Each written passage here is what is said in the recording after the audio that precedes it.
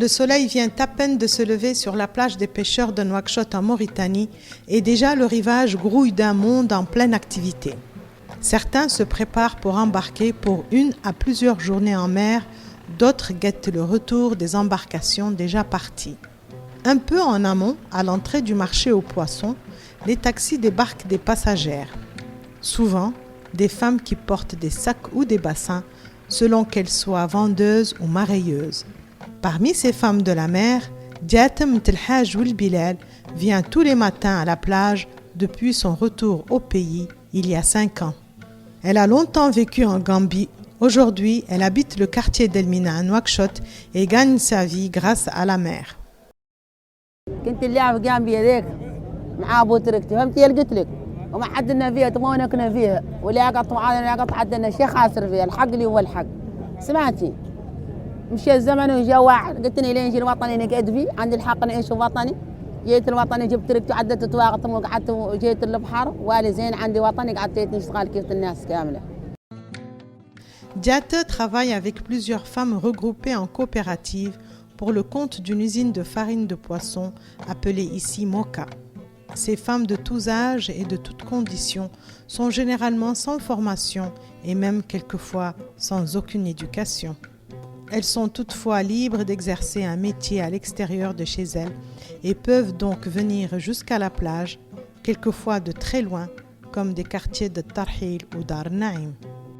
أنا حامدة مولانا البحر اللي في ورا 5 سنوات الله ست أنا والبحر هون سمعتي نجي مع الصباح هون وجيت انتم هون ساعة المغرب والله العشاء ما دام الحوت خالق هون نشتغلوا لين انتم ولا نشتغلوا فيه نيني وفالو قارب كنا تقفط انتم قايس بلادي ما شاء الله نربحوا الفضل ياسرة بيلي الواحدة من اليومية لين تشتغل تربح لازم 40 و20 اللي انتم عملوا كتب زمن الحوت خالق كي واغلوا قارب يبكروا يمشوا الدحميس ويجوا مع الصباح نين نجي من مع الصباح الحمد لله انتم نشتغلوا نين نقول العصر والله قعدوا علينا صلاة العشاء ونحن ما زلنا نصبوا الحوت نبيعوا للشركة وجابوا لنا مولي لا مولانا من الشركة اللي مساعدتنا بيلي واحدة مننا نجي ما عنده وقية واحدة اللي تقيس الشركة اللي يطلع له 100 يطلع له 80 و70 تقبل تديرها في الحوت تستفاد منها. Grâce à un crédit, les femmes achètent la sardinelle ou yaïboy en vrac au piroguier et la revendent au kilo à l'usine de farine. Une activité lucrative selon les affirmations de Diate, mais souvent entravée par la concurrence masculine et par la disponibilité de la ressource.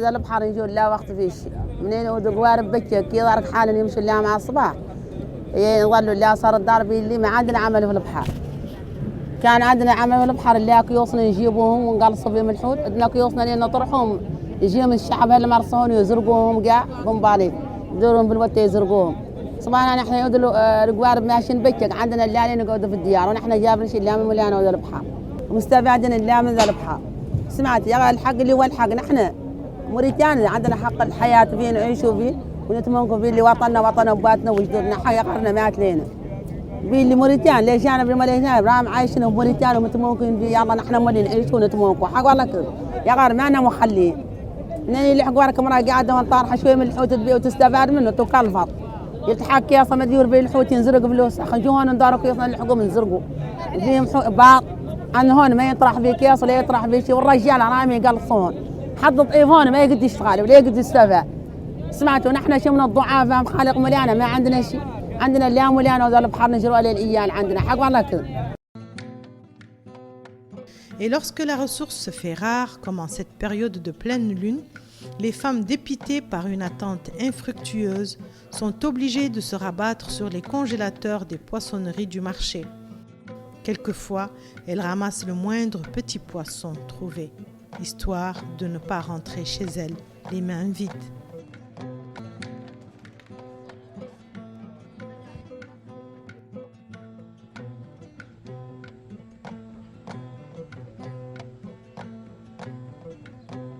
Toujours à Nouakchott et dans l'ancienne Médina 3, Leila Si, divorcée et chef de famille, habite depuis 18 ans dans la maison qu'elle a transformée aussi en lieu de travail. Obligée de rester chez elle pour s'occuper de ses enfants, Leila travaille dans la seule pièce qui lui sert de chambre à coucher, de séjour et aussi d'atelier. Une situation qu'elle juge difficile. C'est difficile surtout pour les femmes. Parce que moi et leur père, quand on s'est quittés, ils étaient encore petits. Et j'étais seule avec mes enfants. Et avec ça, je travaille. Je fais tout pour mes enfants. Pourquoi c'est plus difficile pour les femmes?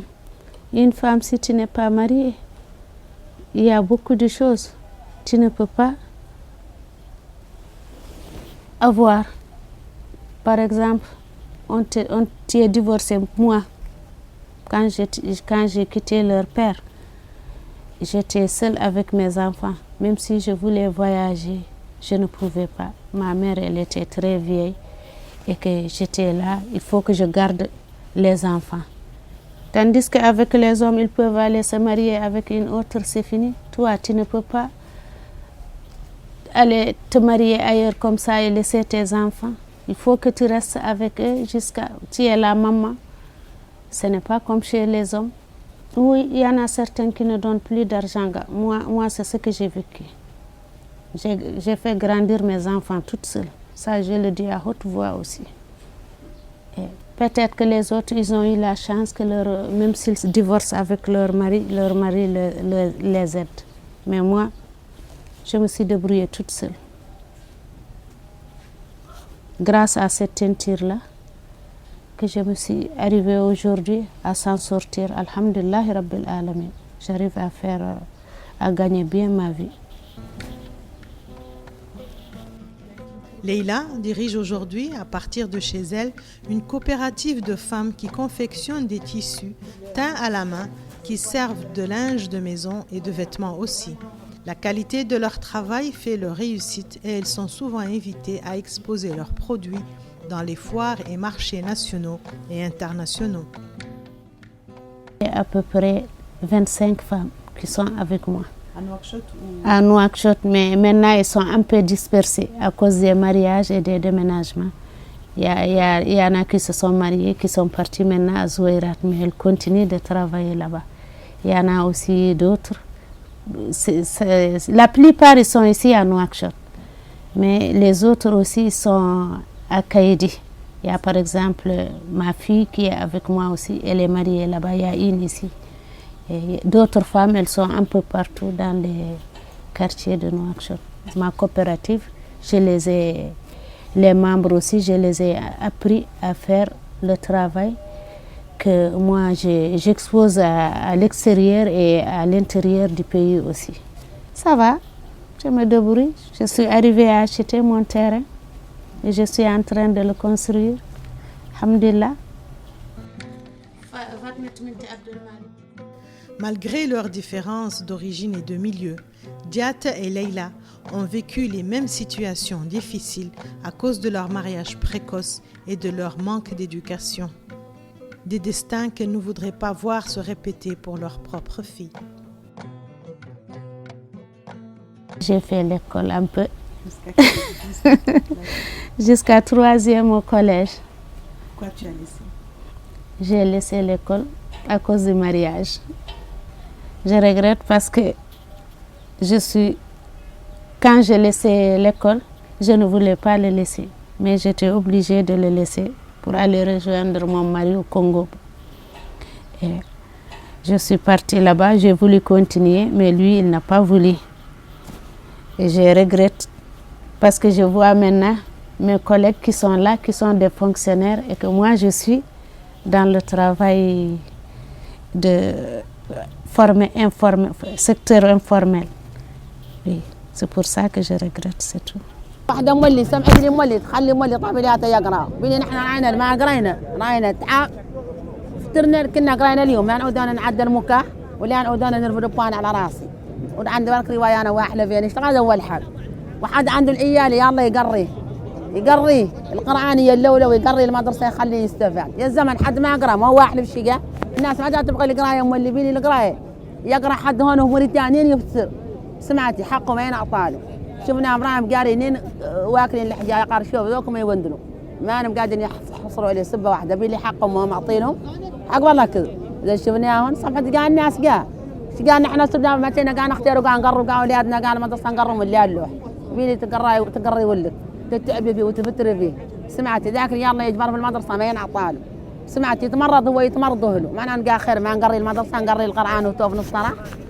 L'éducation, c'est très important. Il faut qu'ils aident aux gens aussi de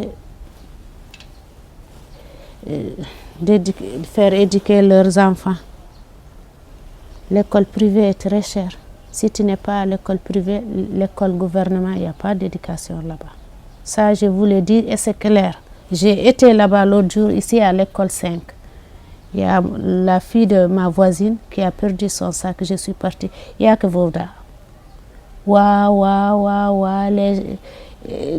Des fois, il n'y a même pas les enseignants là-bas. Donc, qu'est-ce que l'enfant va apprendre?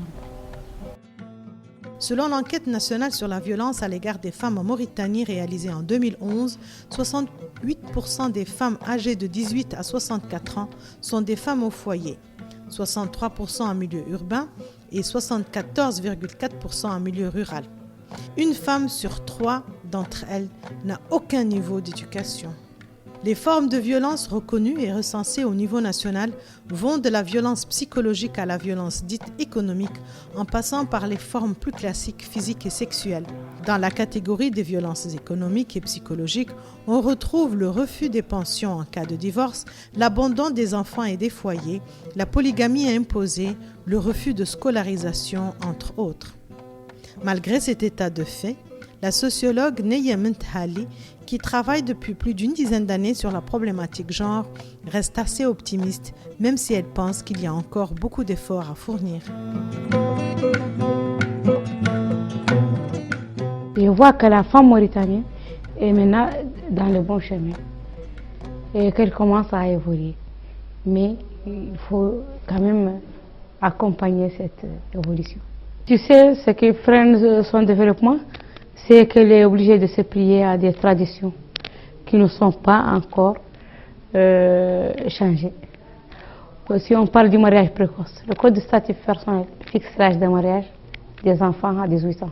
Il y a aussi la tradition des hommes qui ne donnent pas la pension alimentaire aux enfants, ni l'entretien. Quand ils divorcent, ils laissent la garde et l'entretien, la subvention à l'entretien au niveau de la main de la femme. Il y a aussi le problème de toutes les disparitions des maris. C'est un pays qui est touché par l'immigration, la pauvreté, beaucoup de phénomènes qui entravent la mise en application vraiment de cette loi. Il y a l'analphabétisme qui est très développé chez les femmes. Il y a le chômage féminin. Il y a des perditions scolaires. Les femmes accèdent difficilement au cycle secondaire et n'accèdent même pas au cycle supérieur. Il y a aussi l'émergence des lois. Il y a l'arsenal juridique qui commence à s'améliorer en faveur de la femme. Je vois qu'il y a la loi criminalisant toutes les formes de violence en cours et qu'il y a le code de statut personnel qui est déjà mis en place depuis 2000 et qu'il y a la mise en œuvre de la convention CEDEF, c'est la convention d'élimination de toute forme de discrimination à l'égard des femmes, et qu'il y a une évolution dans certains aspects, mais quand même c'est toujours une émergence d'une politique en faveur de la promotion féminine. Le code de statut personnel définit la subvention à l'entretien par les nourritures, l'habillement et le logement, et les besoins nécessaires selon l'usage. Mais ce mot besoin nécessaire selon l'usage n'est pas bien expliqué pour sa mise en application.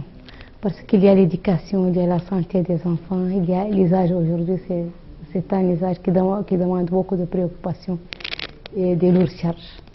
Et ça rend la mise en application de cet article très difficile. Mais il y a une forte prise de conscience au sein du gouvernement et qui permet d'installer une culture de droit au sein des femmes. Oui, une culture du droit de plus en plus développée chez les femmes mauritaniennes. Des femmes qui investissent de plus en plus les sphères politiques et administratives grâce à leur courage, leur persévérance et leurs espoirs.